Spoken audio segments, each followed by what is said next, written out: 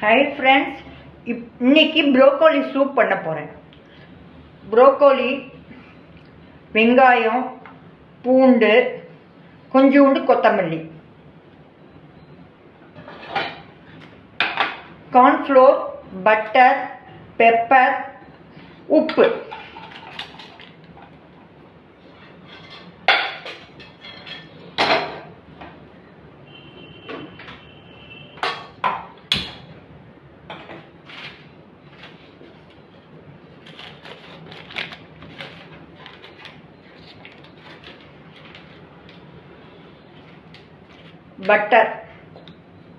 பட்டர்ல தான் வதக்கணும் வெங்காயம் பூண்டு.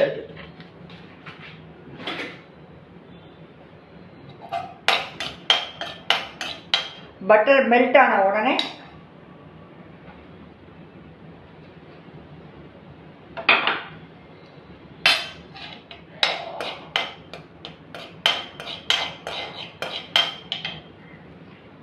வெங்காயம்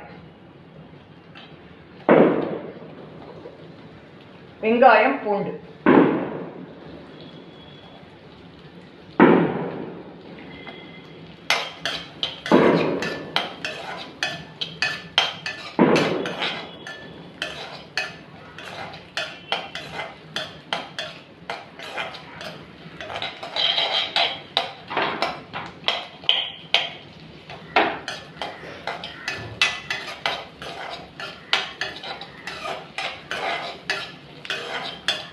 வெங்காயம் பூண்டு வதங்கிருக்கு, லைட்டா வதங்கிருக்கு.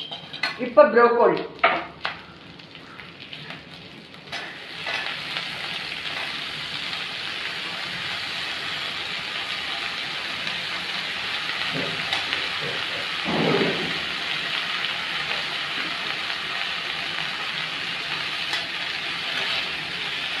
ப்ரோக்கோலி ரொம்ப நல்லது உடம்புக்கு.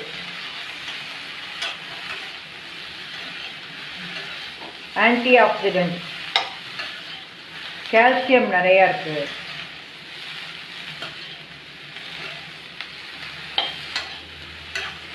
ப்ரோக்கோலியில் வந்து சூப் பண்ணலாம், சாலட் பண்ணலாம். சாலட் ப்ரோக்கோலி, கேரட்டு, குடமிளகாய், வெங்காயம், தக்காளி, வெள்ளரி பிஞ்சு எல்லாத்தையும் இது ஸ்லைஸாக நறுக்கிட்டு உப்பு போட்டு பெப்பரும் போட்டு ஒரு அரை மூடி எலுமிச்சம்பழம் புழிஞ்சு சாலட் மாதிரி சாப்பிட்டாலும் நல்லது. இந்த ப்ரோக்கோலி சூப்பு ஒன்றும் விதமாகவும் பண்ணலாம். ரொம்ப ரிச்சாக பண்ணலான்னா இதை நான் வதக்கிட்டு அரைக்க போகிறேன்.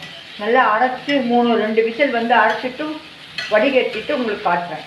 அந்த அரைச்சதோட வந்து நம்ம 4 பாதாம் ஊற வச்சு தோலை உரித்து அதையும் சேர்த்தா ரிச் சூப்பாக இருக்கும்.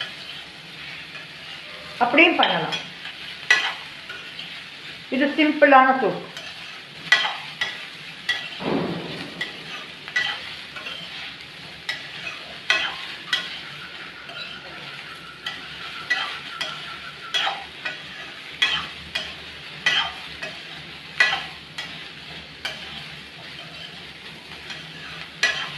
கொஞ்சம் வதக்கினா பச்சை வாசனை போகும், அவ்வளோதான்.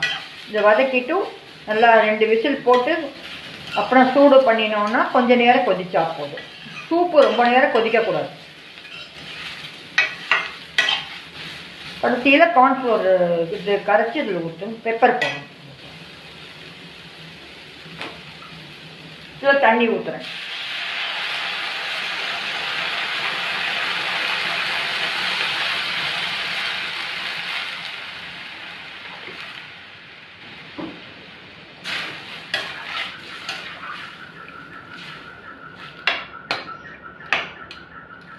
இப்போ நான் குக்கரில் வேக வச்சுட்டு உங்களுக்கு காட்டுறேன்.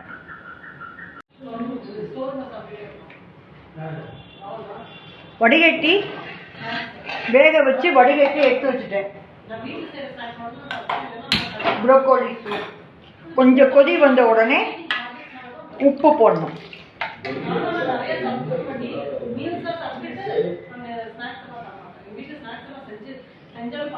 உப்பு சேலம் அப்படின்னு சொன்னாலே கிராமத்தில் அடுத்தபடியாக நடைபெறுது தட்டை வச்சுக்கலாம். சேலத்தில் உப்பு,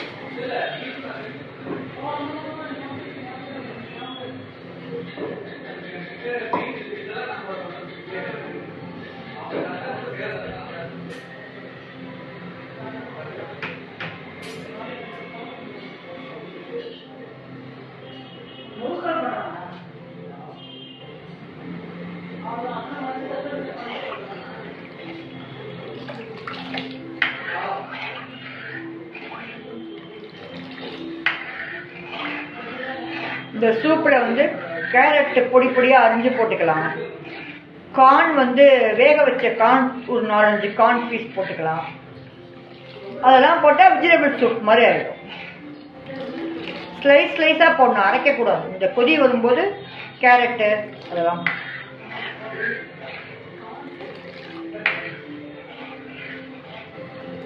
வெரி வெரி ஹெல்த்தியான சூப் இது. குழந்தைங்கள்லேருந்து பெரியவங்க வரைக்கும் குடிக்கலாம்.